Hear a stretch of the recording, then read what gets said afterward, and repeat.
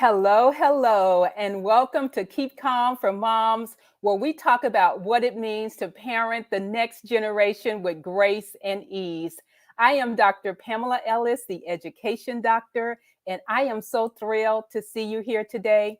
For those of you who are joining for the first time, I want to share a little bit about the show and my firm as well. So, my firm is Compass College Advisory, where we partner with busy moms to help their teen find a college that feels like home. And it takes parents over 300 hours of their time to help their teen through the college admissions process. And everything we talk about and everything we do is around doing that with grace and ease and not being stressed out so that you can enjoy those years of high school before they go away. Now, our proprietary framework is called Keep Calm, and the CALM stands for College and Accelerated Leadership Methodology. There are 5 pillars of Keep Calm, and they are academic, social, financial, vocational, and cultural. And so we believe that the glue that holds it all together is parent engagement. And today we're going to be doing our Boss Mom series, where we get to talk to amazing moms about their career journey, also talking a little bit about work-life balance. And I am just so thrilled to bring to the stage my longtime friend, physician, professor, Dr. Carolyn Misick. Hello, how are you? Hi. Thanks so much. It's good seeing you Yeah. again. It's good to see you. And we were just talking that last time I saw you, you were helping me pick out a bike because we were both training for a triathlon. And that was what, March 10th Yeah. of Oh, God. 2020. And 2020, the I infamous. know. And I have not gotten on that bike since. It's been stored away and I had Oh, to my use your goodness. trainer. So it is good to see you again. Yes. Yeah. Definitely.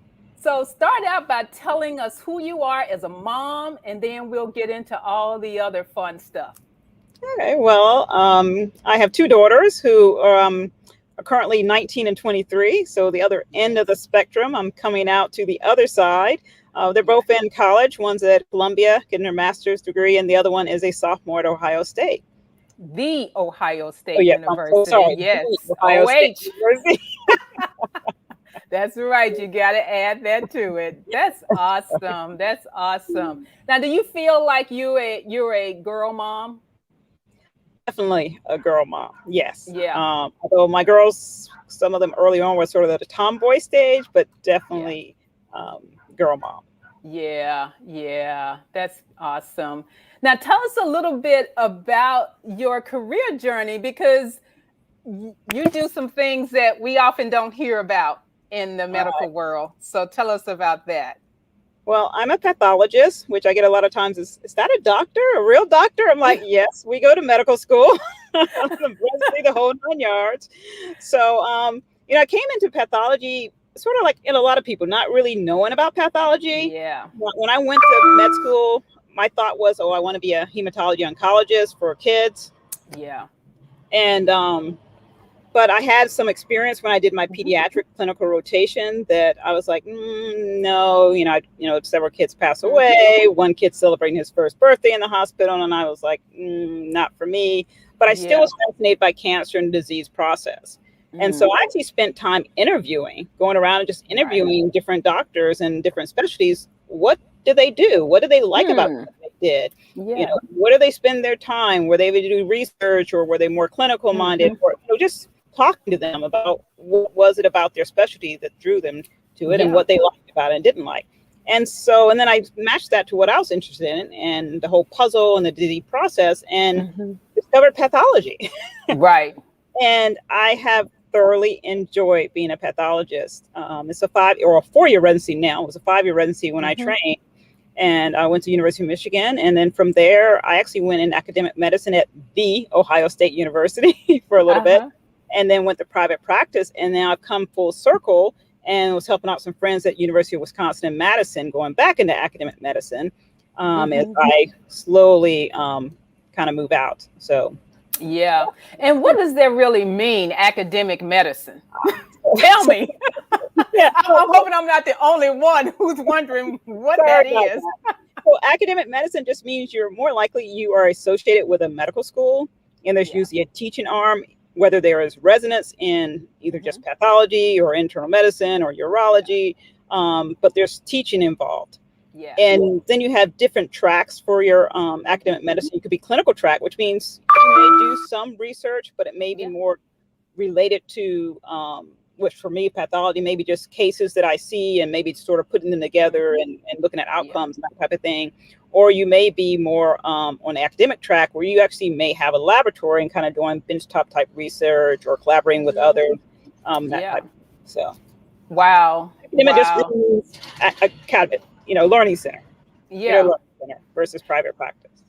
And I'm sure that there are not as many of us, as far as Black women who are doing academic medicine, or I don't even know what the numbers are in terms of pathology, because I think you're the only pathologist I ever met.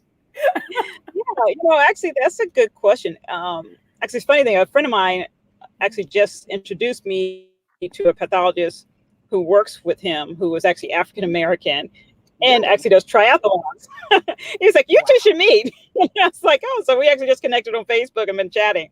But that's a good question. I've got to admit, I don't know three. I guess that's it. I know three. I'm sure there's more. Really? American Wow. pathologist. And then if I guess I add male, it gets a little bit more. So But still, you can probably count them on your hands. yes, I can count them on my hands. Yeah. So, so yeah, small. Wow. Wow. Now, how do kids even learn about pathology? Because I mean, I work with a lot of teens who have an interest in medical school later, and I never hear them talking about pathology. So, how I do they find out? I think probably the people who know about pathology are people who watch TV because when we grew up it was Quincy, the whole forensic pathologist, the coroner, so everybody remembers that. I think now the show is Bones, and I think there's a pathologist, Okay. and I think some people think of the CSI. I think there's a pathologist in there. So again, the Okay. entertainment media, and it's more Mm, from that forensic aspect because sometimes I'll talk to right. people, oh yeah, we want to be a forensic Yeah. pathologist, but reality they don't. Once they learn a little more, maybe Exactly. but so there's that angle because people understand forensics and Hmm. autopsies and homicides, or why is this patient laying on the table, what Yeah. will this patient die, that kind of question. But pathology, really, that's a small part of pathology. And so I Yeah. really think for the other aspects it's more just your interaction, especially as women, those pap smears that we have. It's like, well, who looks at that material? Or if someone Oh, has really? Hmm. illness or something that has some type of Yeah. pathology, whether biopsies or bone marrows or something like that. Hmm. Something like that also will interest a young person more than just, Yeah. oh, I just want to be the internist or the hematologist, but exactly who's making that diagnosis. And Right. Absolutely. Absolutely. Now tell us this. Did you ever want your girls to go into medicine? Because I see that a lot. When I'm working with parents, whatever they do, they usually want their kids to also grow into that same profession. And so was that the case with you at all? you know I wouldn't have minded if one had gone into medicine. Actually, because their father's also a physician, you would think Yeah. one would go into medicine. I'd hope for my youngest, I still do. Maybe she'll change her mind, Yeah. but just wasn't in the car. Neither one of them really liked Hmm. medicine. Yeah. I think my oldest actually did the project Lead the Way, the first class they had, biological Hmm. class. I can't remember what. And she enjoyed it. She's like, no, this is not for me. But Really? And it's she's a, artsy. right, yeah. I was surprised she actually took class, to be honest with you. Yeah. So maybe that was the gimme of the one thing, like, okay, I'm going to give you this class in high school, and Right. that's And then no more after that. no more after that. So it would Awesome. be nice, but no, neither one of them has any interest. Even my Yeah. science and math child, she was more, yeah. So Hmm. Yeah. Now, even though they're away at school now, I mean, I imagine still that there's, the question around is just balance, and really, how do you balance your schedule of work and home? And so, can you tell us a little bit about that as far as balance for you Yeah, and balance. integration? Yeah, yeah, the balance. Nothing is ever balanced. The Yeah. scales at no time were ever balanced, Hmm. with work and children and volunteering and other aspects of life that I was involved in. I always felt like I was changing hats, and I still do to this day. Although Yeah. now that I'm a little older and they're older, I try to remind myself, slow down, oh, Carolyn. You don't need to be rushing around. Hmm. I feel like I'm just rushing around from one thing to the next thing to the next thing. Yeah. Um, because my job was, even when I was working in private practice, was a very busy private practice. Hmm. And the girls were, and I wanted them to be involved in outside activities, and whether it was sports or academic type things, that was very important for me to, make Hmm. sure that they had time to do what they needed Yeah. to do. So, I think the work life balance, people think like Hmm. somehow you're going to have it all just evenly worked out. And it doesn't matter where your Yeah. child, because you go through different stages, from the toddler stage to the, Hmm. the pre-teen stage to the teen stage. And now I'm at the college stage, and it's never, they always need you. They still need you. My child who's They in New York do. City now, I get calls and it's like, oh, when are you coming up? I'm like, Thanksgiving. I can stay a little longer if you need me, but I got to get back. But they always need you, and They so you do, still don't they? have I balance, right? know. Yeah, because I'm in DC now, visiting with my with visiting with my oldest, and I did the craziest thing. I don't know what I was thinking when I said this, but when he went away to college, it was just kind of, I don't know, crushing for me. It was just so hard to let go, even with the work that I do. And I told him when he first went to Georgetown, I was like, listen, I'm gonna see you every month. And he's graduated now. And I'm still seeing him Oh, you every month. good. And I plan it out. It's like wherever you are, I'm going to see you once a month. You are good. I got I to let that go. was, yeah, I was not that. I talked to her every week when my oldest Yeah. actually went off to Eckerd. Small, actually, thanks to you, found this perfect school for her, a great fit for her. It Yes. was in St. Petersburg, Florida, Mhm. and this car passed by. So that was a distance for us. And I thought, oh, St. Yeah. Pete on the beach. I thought I'd be down there a lot, but in the end, Yeah. between work and my second Yeah. job and everything else, I really went down there once a semester. Um, Yeah. and I was thankful that I went that often. But Yeah. yeah, it's Now, tell us about that because I think, um before we worked together, I don't know if you had heard of Eckerd. And so what was that like for you in terms of opening your mind and your heart for her to look at a college that was new for your family? yeah. So we had never heard of Eckerd before you introduced that to Mhm. us, and it was for her going through the process and working with Yeah. you that found that school that fit her best. Yeah. She was also the child. I just really didn't know. I wanted her at a small school, so we were open to that. She was sort Mhm. of focused on LA, getting out to Los Angeles, which is Yeah. funny. She's in New York City and will never want to leave.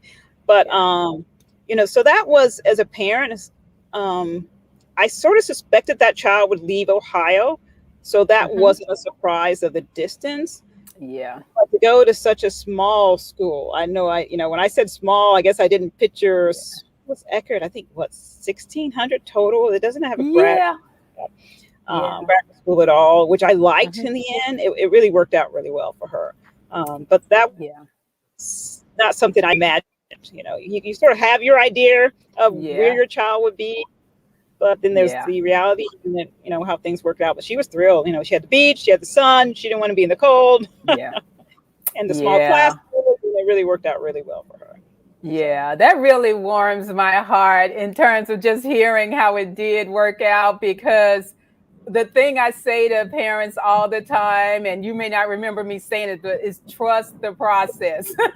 Trust the process. And yes, they will have such a, better chance of being in a place that's a great fit for them, in yeah, all of those ways that I talk about academically, socially, financially, vocationally, and culturally. So that's beautiful. That is so good to I hear. said it fell in the So park, good.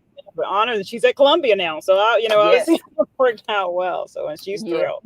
Yeah, that is so good to hear. Now tell us this, what does self-care mean to you?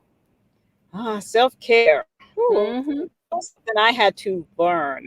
Um, Really? Definitely, that's something I want to encourage all women to really discover what self-care means to them Yeah. early on, as their kids. It's so easy to get sort of entangled as you're raising from the babies to the toddler to that, young, Yeah. preschool age, and you get lost in the process. Yeah. But I think it makes you a better mother when you discover, hold it, what do I need for self-care? Even just a small amount of time or something. Right. It could be just going to get your nails done. Could be Yeah. self-care.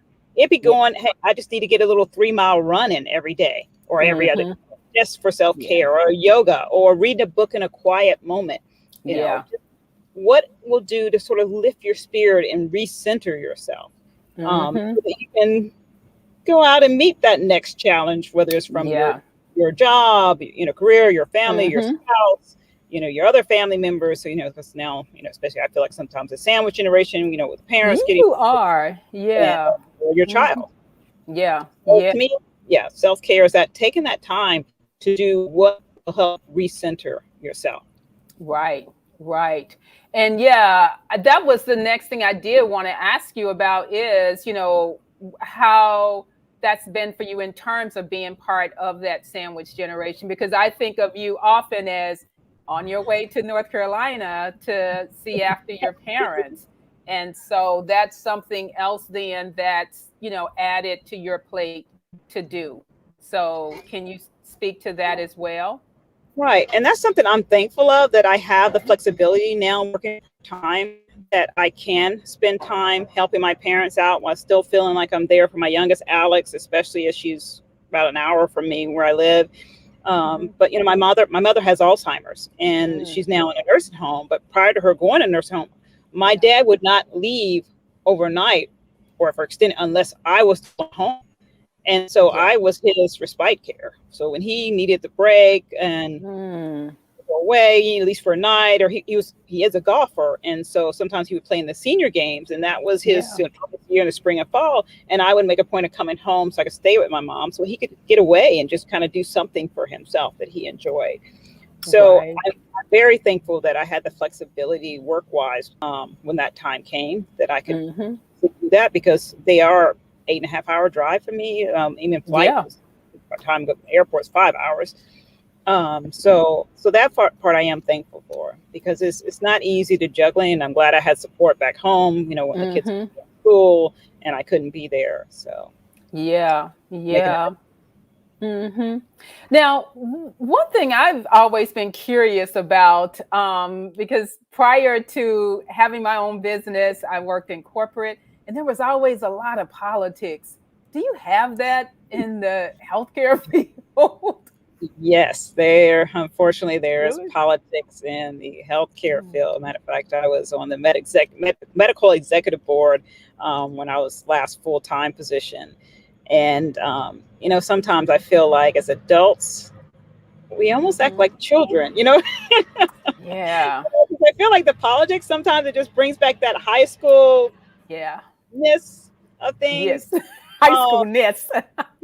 yeah, I don't know how else to explain it. Yeah. But everybody has their point of view, and Mhm. everyone has their opinion, and everybody has Yeah. their view of how things should take place. And Yeah. but as long as there's respectful interaction, Mhm. even with the high school and ish, you can, things can be accomplished. But that was one Right. aspect that I didn't like so much. And so when I went Mhm. on, it was one thing I did not miss Right.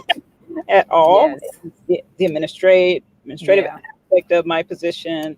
I still Mhm. interact with the people in the lab, because pathologists, by the way, do run the clinical pathology lab. So the lab where Yeah. you get all your blood work done, your CBCs, your chemistries, all those that comes out the Mhm. lab.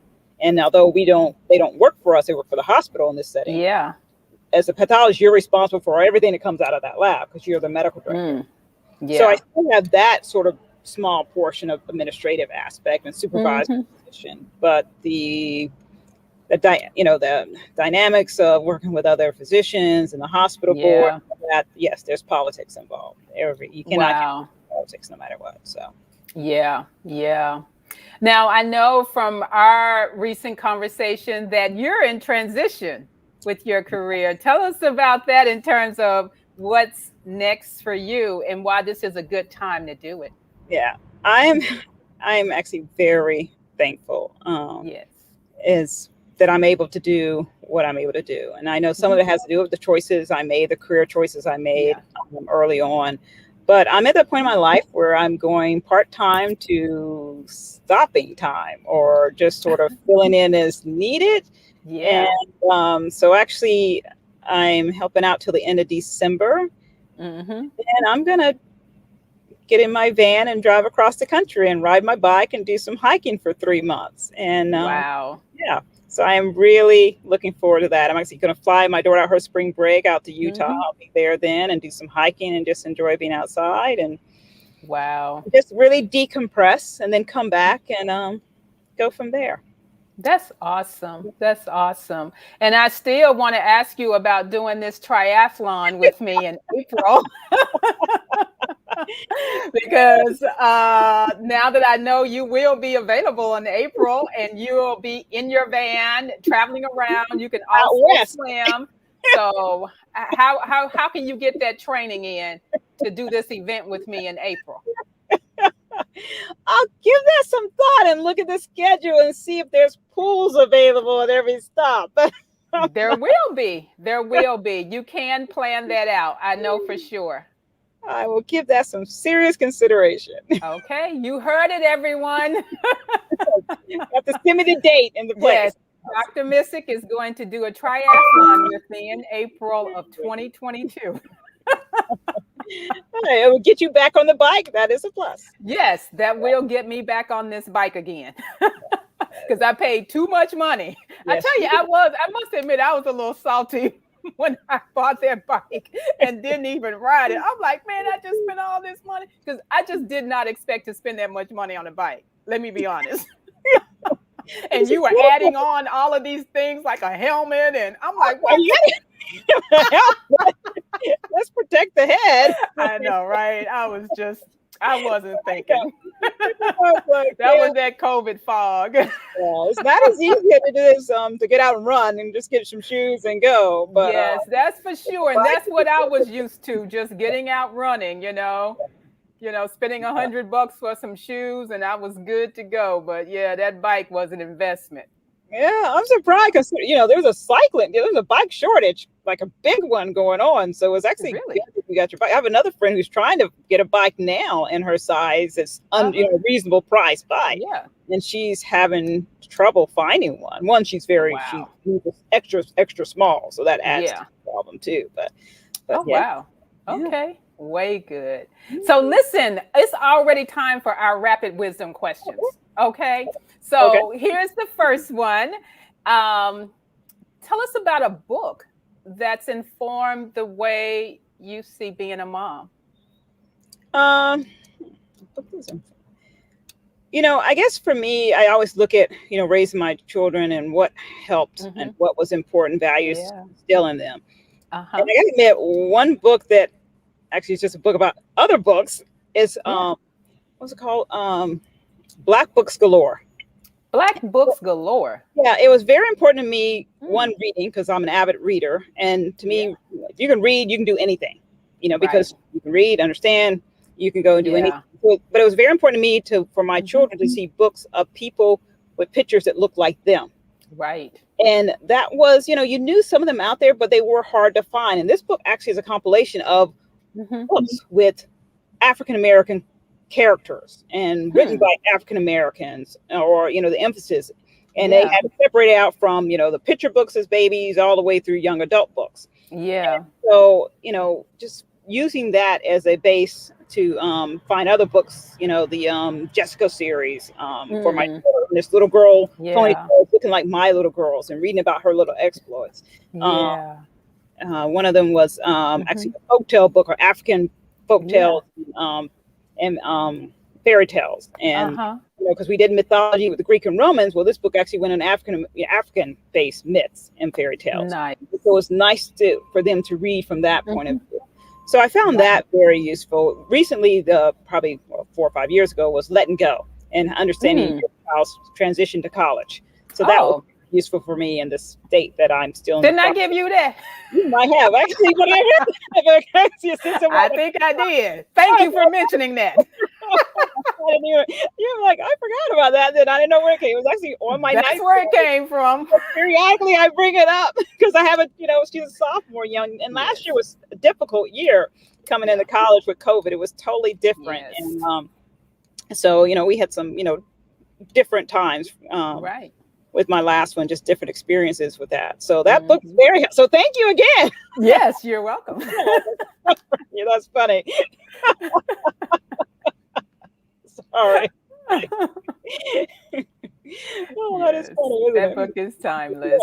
So Yeah. here's the second rapid wisdom question. In 3 words, the truth about work-life balance is what? Oh, there's that myth, but you have that fallacy. The hope, and hope, the dream, perseverance. Just keep on trying. It's you just can't give up on trying. Trying to balance it all. Mm, They're both so okay, rewarding. So okay. That's good. So the 3 words are hope, dream, fallacy? yes, Okay. perseverance. Right, perseverance was the Oh, thing. hope, dream, perseverance. Yeah, you got to stick to it. You got to just keep Okay. working on it. You may never Okay. achieve it, but you have to keep at it because it's worth Okay. it. Yeah. That is hopeful that you would say that. Yeah, just even using that word perseverance. Yeah. Okay, thank you. I mean, I hear something new every time I do this. Yeah, different perspectives. Maybe a Yeah, myth, but if you just, if it's something you need to work toward, it's your goal. yeah, You hope to make it. You hope the balance. right. Absolutely. And here's the final one. If you could have a do-over as a mom, what would it be? Oh wow. Oh, that's a good question, and Hmm. something that a do over as a mom. What would I change? Probably not taking my daughter out of CJ, Shama out of Juilliard Oh, for freshman really? year. I probably would have just left her there because she was kind of coming out of it, Hmm. just sort of slowly making friends. I transferred her there from another district to a Catholic private school, Yeah. and she was slow to make friends and everything. But toward the end, she actually finally was. She just needed Hmm. more time. It takes some time, Yeah. a little bit more time. But at the same time, Bellbrook was a wonderful school for her as well. So Yeah. I You probably would know, have stayed yeah. put. Yeah. I think that's a great point you brought up, and I wish we had more time to get into that around the school change because you moved her from a public middle Right, school to a parochial ninth grade, and right. then after ninth grade a public high school. And so just the notion that perhaps you should have kept her in the parochial school throughout high school. Just stayed where she was. Yeah. I mean, both Yeah. schools were fine, but I think should have just stayed and just left her where she was. A little Yeah. stability. She just needed a little more time to get acclimated. That was all. Yeah, yeah. That ninth grade year is no joke in terms of the acclimation. Yes. So thank you. So you'll have to come back now just to talk about that.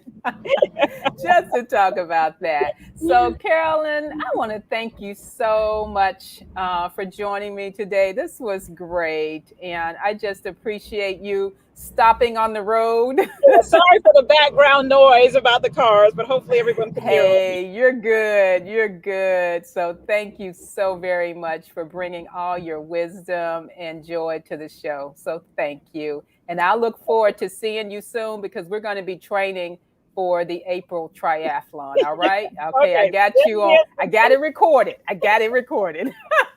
Thanks so much, Pamela. You're welcome. Yes.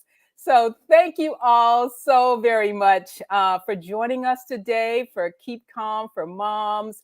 And I want to invite you to, just let me know in the comments, just just type in the word college, and I want to be sure to connect with you and make sure you get the resources that you need to support your teen on their journey. Today we talked about, some of the things you need to start to think about if your teen is thinking about medical school later on.